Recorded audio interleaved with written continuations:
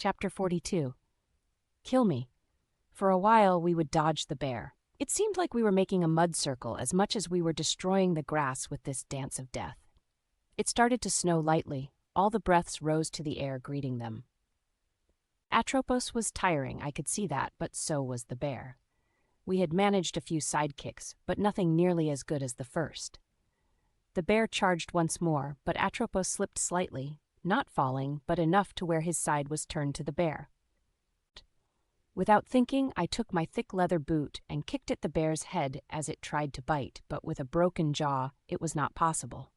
Then, the bear did something I wasn't expecting, as I took the knife, plunging it in its head, only stopping at the skull over and over in a quick manner.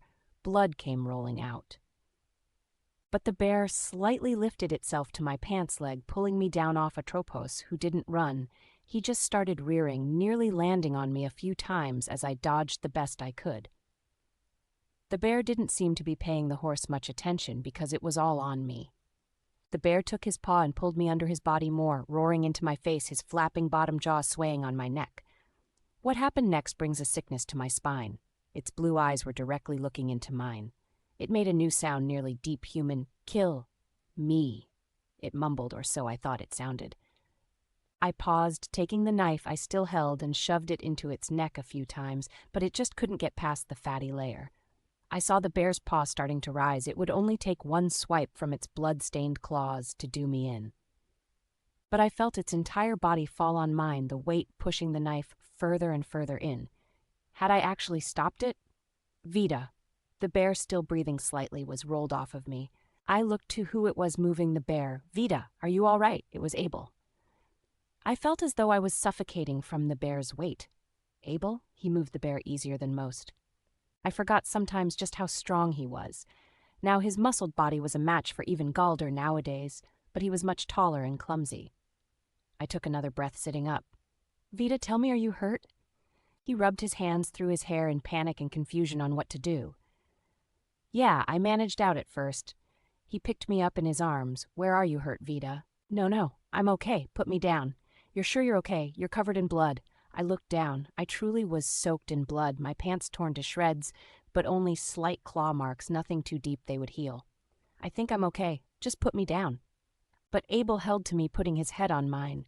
You're so stupid, Vida, so stupid. He started to cry, tears so large you could hear them hit my leathered top, his strong arms squeezing me. I took my hand and put it to his face, smearing it with the blood, pushing his head slightly away from mine. Abel put me down. He collected himself and sat me on my feet, but he still held to me for a moment.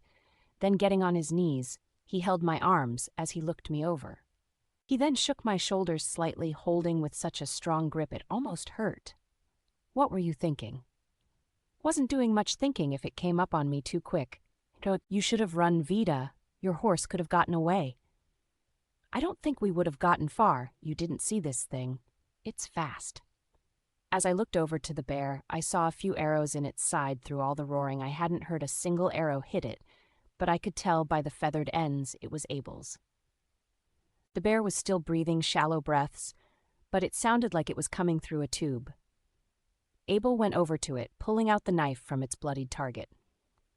He took that knife and slammed it down hard and fast, his weight and strength ripping through every layer, cracking bones as it went down deep into the bear's side, and the bear drew its last shallow breath.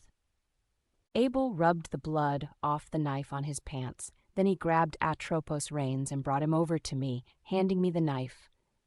Take Atropos and get back to camp. Let them take a look at you. I was able to catch his eyes. He looked up and down at me.